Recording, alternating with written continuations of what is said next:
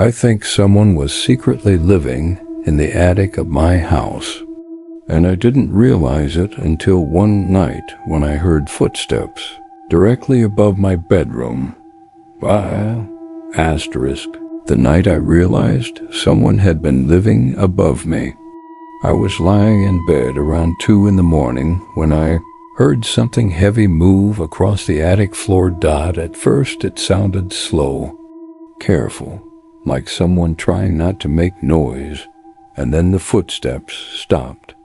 Right above my bed, I held my breath and listened, because I suddenly had a horrible thought.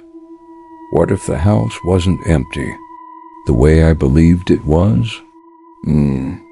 This happened about 4 years ago, when I moved into a small rental house on the edge of town. It wasn't a big place, just a one-story house with 2 bedrooms, a kitchen, and a narrow hallway that led to the living room.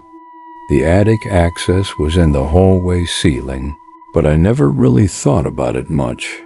The landlord told me the attic was just for insulation and storage. Nothing important was up there. At the time, I didn't question it. I was just happy to find a quiet place that was affordable. For the first few weeks, everything felt normal. The house was quiet, almost too quiet. At night, the only sounds were things you would expect in an old house. Pipes clicking in the walls, wood creaking as the temperature changed. Nothing unusual, or at least, nothing that stood out at first. The first strange thing I noticed was the food. It started small. I remember buying a loaf of bread and leaving it on the kitchen counter. The next morning, 2 slices were gone. At first, I thought, I must have eaten them and simply forgot. That happens sometimes when you're tired. So I ignored it. But then it happened again a few days later. Bought a box of granola bars and left them in the pantry. There were 6 bars inside. 2 days later, there were only 4. I checked the trash. Nothing. No wrappers. That was the moment I started to feel a small knot of confusion in my stomach, because I lived alone. There was no one else in that house. Still, I tried to explain it away. Maybe I had eaten them late at night and didn't remember. Maybe I was just distracted from work. At the time, I had just started a new job and my schedule was exhausting. So I convinced myself I was simply forgetting things, but the feeling in the house slowly started to change. Little details began to stand out. Things that didn't quite make sense. One morning, I woke up and noticed the bathroom light was on. I was sure I had turned it off before going to bed. Another time, one of the kitchen cabinets was slightly open, not wide open, just enough that it looked wrong, like someone had touched it. The thing about living alone is that you know exactly how you leave things. You know which lights are on. You know which doors are locked. You know the small habits of your own routine. So when those things change, it creates a strange feeling you can't easily ignore. I started checking the doors more often before going to sleep. Front door, back door. Windows. Everything was always locked. Every night. Then, one night I heard the first noise from the attic. It was around midnight. I was sitting on the couch, watching something on my laptop when I heard a soft thump above the hallway. At first I thought it might be an animal, maybe a raccoon or a squirrel. That seemed like the most logical Explanation. Old houses attract animals. Sometimes, but the sound didn't move the way an animal would. There was just a single thump. Then, silence. I stood there for a while, staring at the ceiling. Waiting for another sound. Nothing happened. Eventually, I went back to the couch and forgot about it. But over the next week, the noises started happening more often. Sometimes late at night. Sometimes early in the morning. Soft movements above the ceiling. Slow. Careful. Like something shifting its weight. One night I grabbed a flashlight and stood under the attic hatch in the hallway. I stared up at it for a long time. The small square door looked completely normal. Closed. Quiet. Still. I couldn't shake the strange feeling that something was wrong. I even pushed on the hatch slightly to make sure it was shut. It didn't move. So eventually I convinced myself again that it had to be an animal. That explanation felt safe, simple, logical. But then something happened that made that explanation impossible. One evening I came home from work a little earlier than usual. The sun was already setting and the house was dim when I walked inside. Everything looked normal at first. But when I stepped into the kitchen, I noticed something that made me stop immediately. The pantry door was open, and sitting on the counter was an empty food wrapper, a granola bar wrapper, the same brand I had bought the week before. The strange thing was, I hadn't eaten any that day, and I definitely hadn't left the wrapper on the counter. I always threw them away, always. I slowly looked around the kitchen. The house was silent, too silent, and that's when I heard it, a very quiet sound above me, a slow creak directly in the attic, and in that moment, standing alone in my kitchen, a terrifying thought crossed my mind. What if the noises weren't animals? What if someone had been up there the entire time? I stood there in the kitchen for a long moment, staring at the granola bar wrapper on the counter. My heart was beating faster than it should have been. I kept listening. The house was completely still again. No footsteps. No movement. Just silence. I tried to tell myself there had to be another explanation. Maybe the wrapper had stuck to something and fallen out of the pantry. Maybe I really had eaten it earlier and simply forgot. But deep down, I knew that wasn't true, because the wrapper was fresh. It hadn't been sitting there all day. Someone had opened it recently. That night I locked every door in the house. Twice. Front door, back door, windows. I even checked the small window above the kitchen sink. Everything was secure. Then I went into the hallway and looked up at the attic hatch again. It was the same square panel in the ceiling I had seen 100 times before. Nothing about it looked unusual.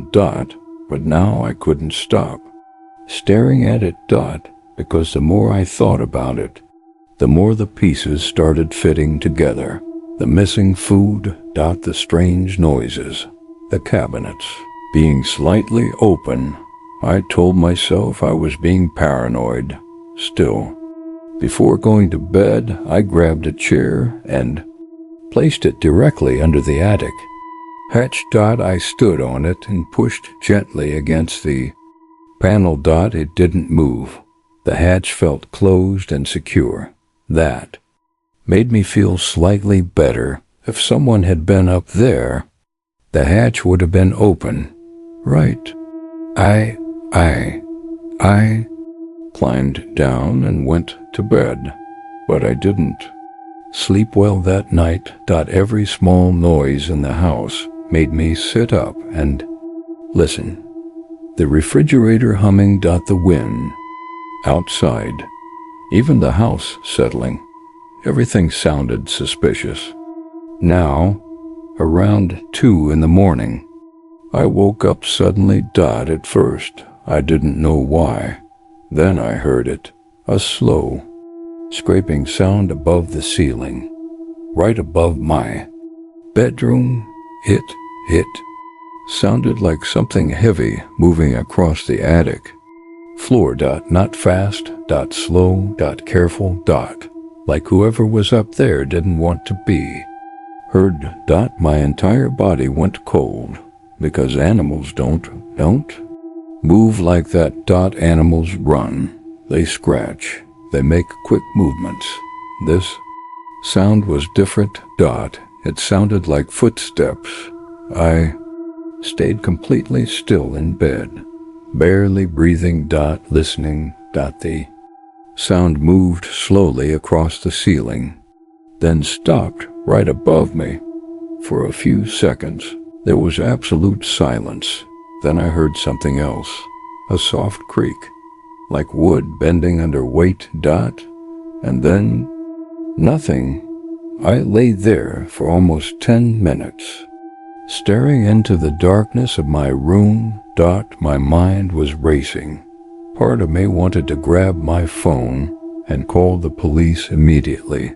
Another part of me was afraid I was overreacting.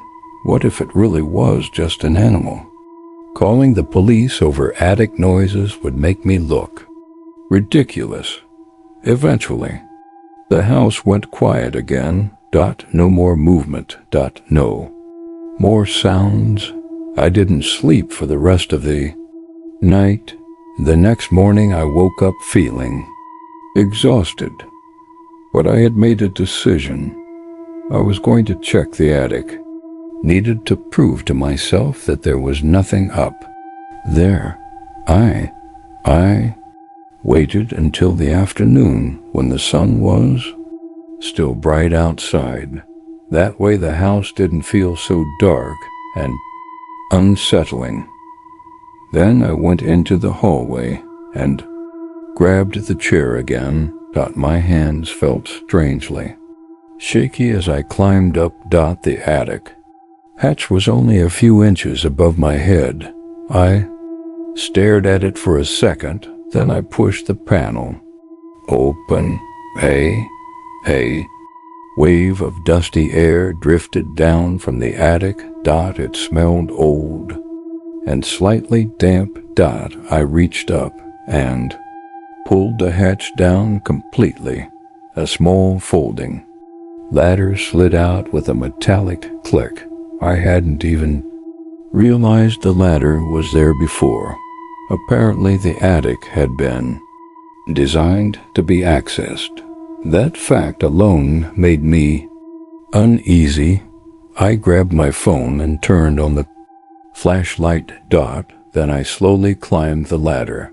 The attic space was darker than I expected. The roof sloped down on both sides, leaving a narrow walkway in the center. Wooden beams ran across the ceiling. Insulation covered most of the floor. At first glance, it looked empty. I moved the flashlight slowly across the attic. Boxes. Old insulation. Dust. Nothing unusual. I felt a small wave of relief. Maybe I really had been imagining things. Maybe the sounds had come from something else. But then the light from my phone landed on something near the far corner of the attic, and I froze. There was a blanket there. Not an old one covered in dust. A newer one, folded neatly on the floor next to the blanket was something else. A small backpack. My stomach dropped instantly, because that backpack definitely did not belong to me, and it looked like someone had been using that corner of the attic recently. For a few seconds I just stood there on the attic ladder, staring at the backpack.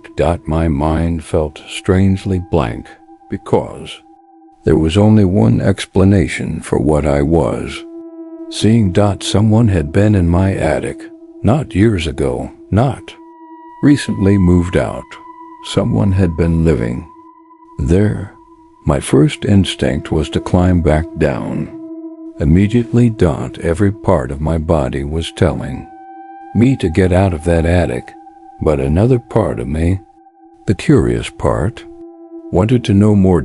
So I slowly stepped onto the attic floor. The insulation crunched quietly under my shoes.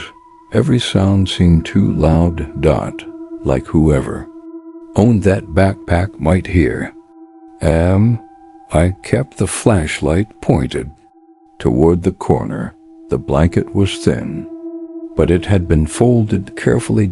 Next to it sat the backpack. It looked worn, like it had been used for a long time. For a moment I just stood there, listening. The house was silent. No movement. No breathing. Nothing.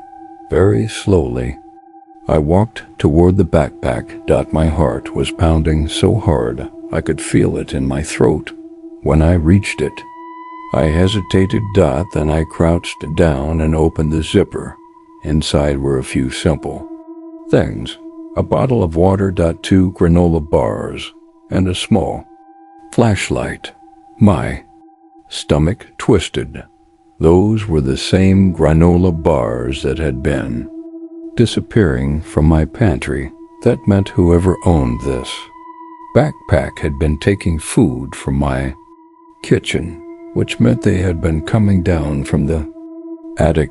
Walking around inside my house while I was there, while I was sleeping. Suddenly, the house felt very small, very unsafe. I stood up quickly and looked around the attic again. That was when I noticed something else.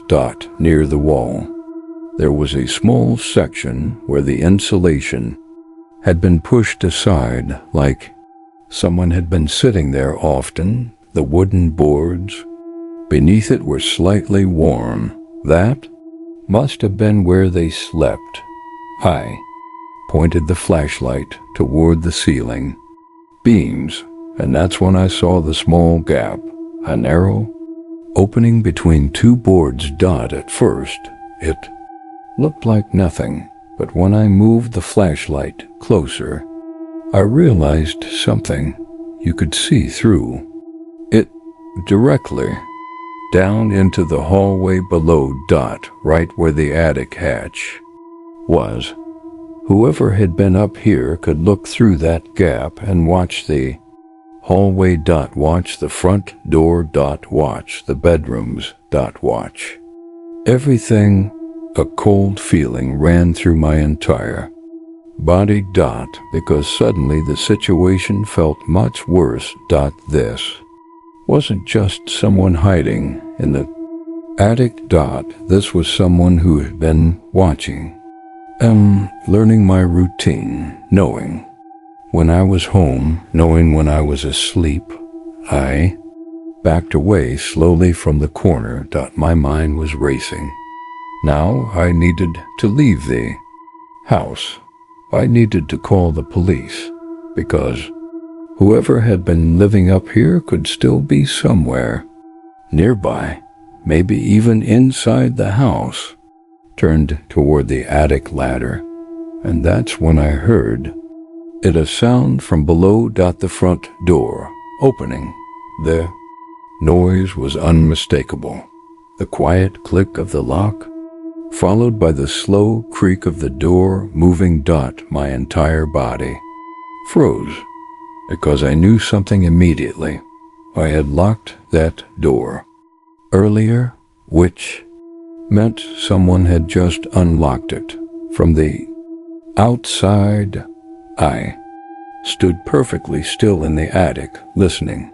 Below me, I could hear faint footsteps entering the house, slow, unhurried, like whoever it was felt completely comfortable being there.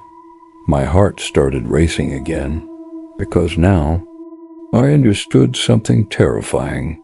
The person who had been living in my attic had just come home.